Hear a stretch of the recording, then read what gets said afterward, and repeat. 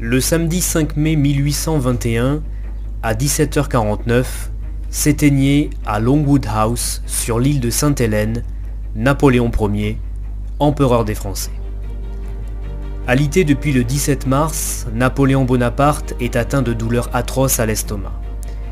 Il accepte de moins en moins les aliments, les vomissements réguliers l'affaiblissent de jour en jour.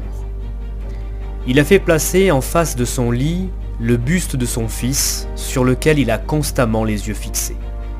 Le 3 mai, les symptômes deviennent plus alarmants. Durant la nuit du 4 au 5 mai, Napoléon est dans un état comateux. À peine conscient, il semble qu'il prononce les mots « tête, armée ».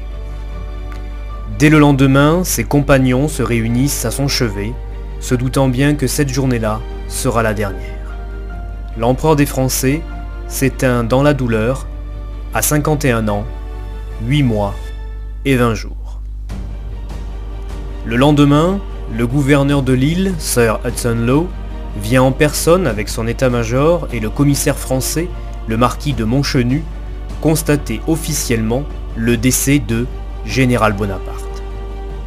En sortant de Longwood, il déclare à son entourage : « Eh bien messieurs, c'était le plus grand ennemi de l'Angleterre, et le mien aussi. Mais je lui pardonne tout. À la mort d'un si grand homme, on ne doit éprouver qu'une profonde douleur et de profonds regrets. »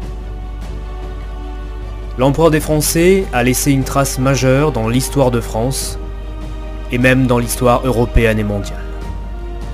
En un peu plus de 10 ans au pouvoir, et après avoir remis l'ordre, tant en France, après 10 années de révolution qui s'orientaient de plus en plus vers l'anarchie et une probable restauration de la monarchie, qu'en Europe, de par ses victoires militaires qui furent souvent suivies de traités. L'organisation de son système n'avait d'autre but que de finir les guerres continentales au profit de la prépondérance française sur le continent. En ce sens, à l'instar des hommes d'État de tout temps, Napoléon avait bien compris que la paix n'est pas un idéal que l'on appelle de ses voeux, mais le résultat de rapports de force et de négociations qui s'inscrivent dans un texte.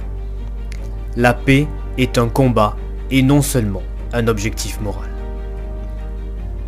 Napoléon Bonaparte a instauré bien des fondements de notre société d'aujourd'hui. Il est en effet l'auteur de plusieurs réformes. En qualité de premier consul, il centralise l'administration et met à la tête de chaque département des préfets.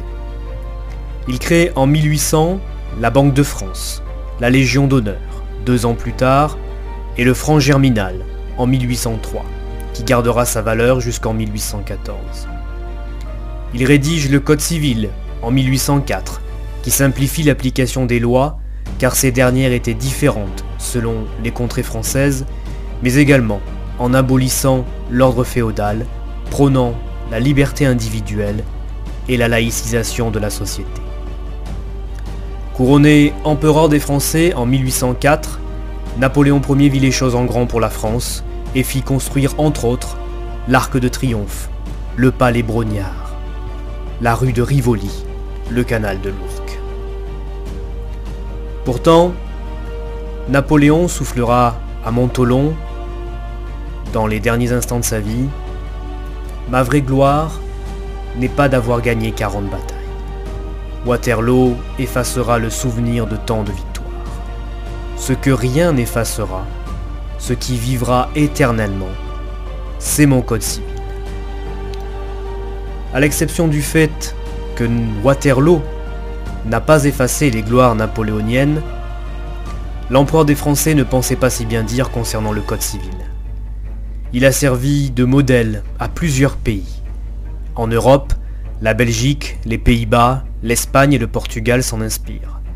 Aux États-Unis, l'État de Louisiane utilisa le Code Napoléon comme source de base de son propre code. Au XIXe siècle, le code inspira de nombreux pays, la Grèce, la Bolivie, l'Égypte.